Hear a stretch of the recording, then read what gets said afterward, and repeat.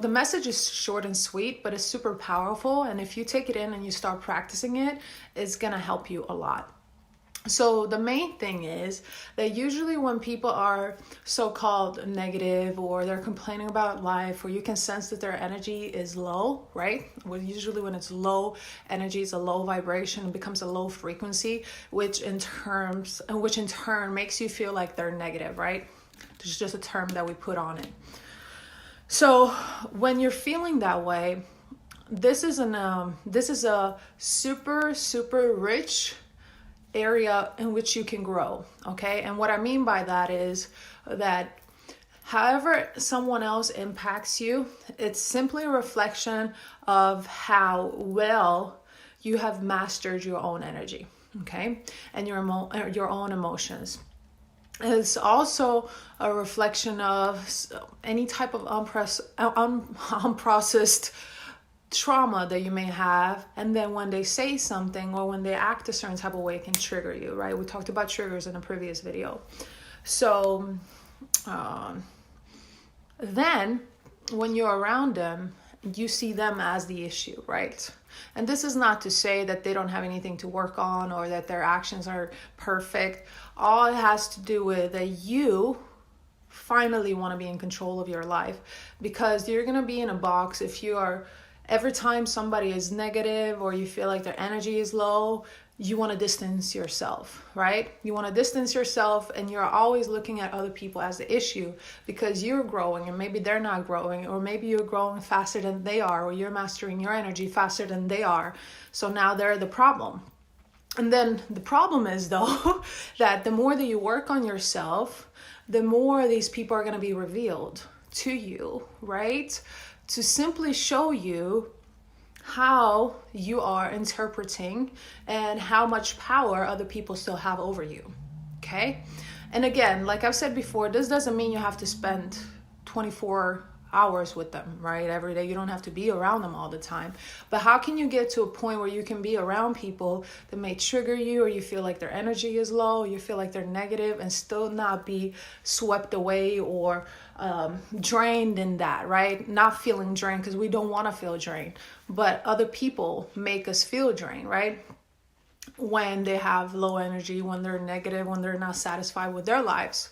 So a big thing that people do is usually they try to so-called be the therapist, or they try to be the coach, or they try to be the mom or the sister or the brother, right? Who is there basically to fix them, if that makes sense. So let's say I have a super negative friend or super negative mom. Every time they lash out, or every time they are so-called negative, it can be in any type of way, right? It can be their body language, their words, it can be their actions. Every time they do something that I don't like or that I wouldn't do, I try to correct that, right? And the problem is that we try to correct it most of the time for them to fit us, so we can feel better around them, if that makes sense. But they either may not want to be fixed, or they may not be ready to be fixed, or they may not even know how to do what you're doing, because your style may not work for them, right? Because they haven't hired you to help them. So this is why, and you'll see, my husband and I always talk about you can't really help friends and family other than referring, professional references to them, professional people that they can actually go and speak to who are not impacted by them, if that makes sense. So that's the first mistake, and that's basically the biggest mistake, because we may say, well, I'm doing it because I want to help them, but most of the time, if you're truly honest with yourself, you're doing it so they can fit your existence, your experience, your energy better, right? Because if they adjust, if they change, if you tell them how to be or what to do instead, it's going to make you feel better. This is what a lot of couples do too. We pretend that we want to help someone, but in reality, if we're truly honest with ourselves, we really just want to help them, so we're going to feel better, right? So we have a better experience in their in this environment with them, if that makes sense. So again, the goal should not be to fix them, right? Because either they don't want to be fixed, they may not think that your strategy or your way of helping is working for them, and they simply may just want to be friends with you, right? They haven't really hired you as somebody, as a therapist or a coach or a consultant to help them with their issues. And also the thing is that what you perceive as negative, right, what you may perceive as a problem, they may not feel that. They may not experience that. And maybe it is not a problem with other people who are not really working on themselves as you are. Right? So it's important to recognize and to realize, because if you're truly committed to your self-love journey, to better yourself, to continue to work on you, more and more people are going to start seeming like, they're a problem, because they're going to trigger something in you, or their energy is not aligned with yours because your vibration may be higher, and then they're the problem, right? But if we approach life that way, then we're constantly going to be we're constantly going to be controlled by other people and the outside world, and we're never going to be in charge of our lives, no matter how much we work on ourselves. So the biggest thing to realize is that it's a problem that people are like they are simply because of our interpretation and how we feel around them.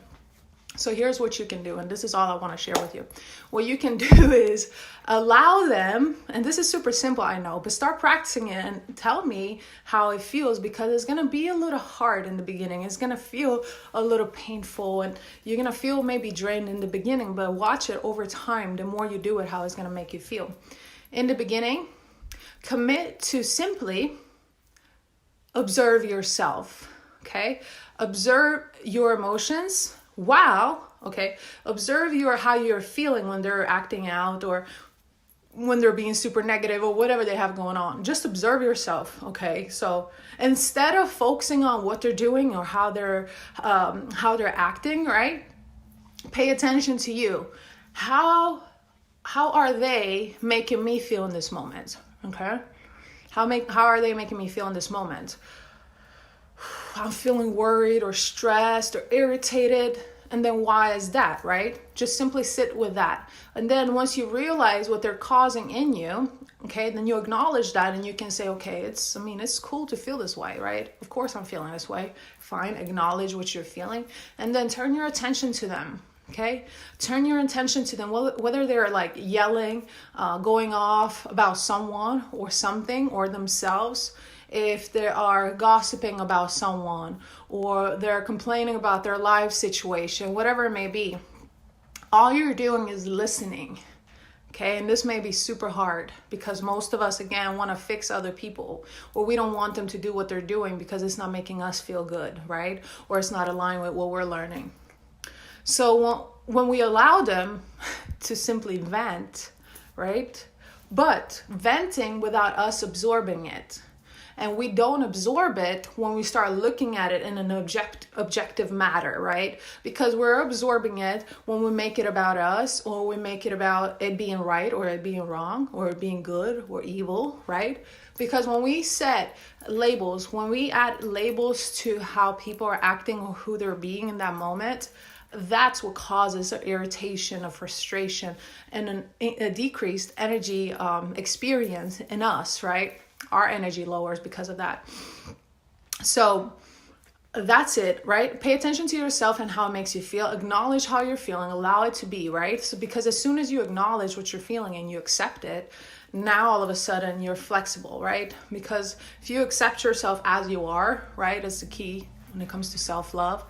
Now you are going to feel okay to change or to transcend or whatever it may be. Then the second thing is to allow them to be them, right? And just observe them.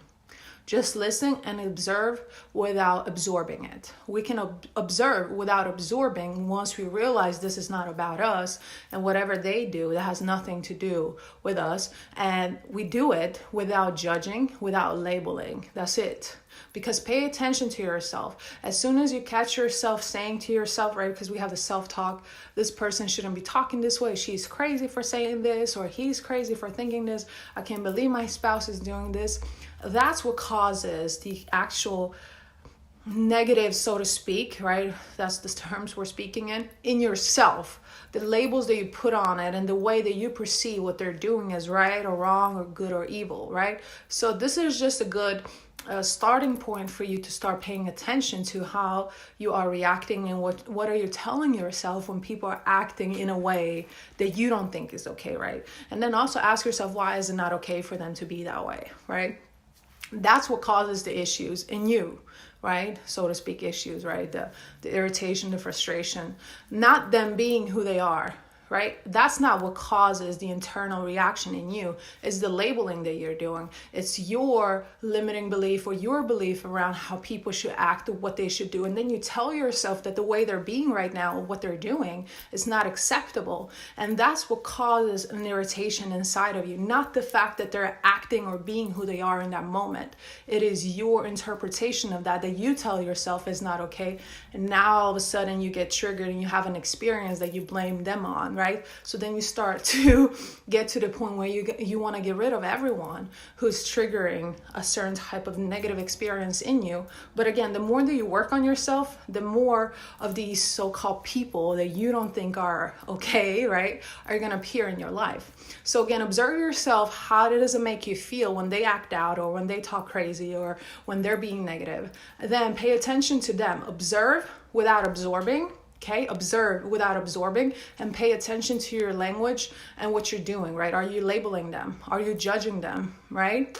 What is your perception about them? So when you start realizing that and you start limiting that, now all of a sudden it's like, oh, wow, when I shut up and I just allow them to do whatever they want to do, I don't get frustrated. I don't get irritated. I might not resonate with it and I might not choose to do that, but why can't they be negative or be who they are without me feeling bad about it, right? Why can't I be in charge of my energy and my experience? How is their energy stronger than mine, right? Because if it truly is, that means that you have a lot of work to do still too, right? Hi, Lucy, how are you? So pay attention to yourself, then observe them without absorbing, and then finally, just shut up. You don't have to say anything. Okay, Catherine. When they're venting, when they're going off, when they're, in their own little world and you feel like they shouldn't be doing that, right? Again, because now you're labeling them. Just shut up. Because as soon as you try to fix them or tell them what they're doing is wrong, or, you need to calm down, or you entertain them. Because some people, they don't even try to fix them. They think it's going to be better if they're entertain their conversation, right? Just shut up, right? Let them talk about whatever they're talking about.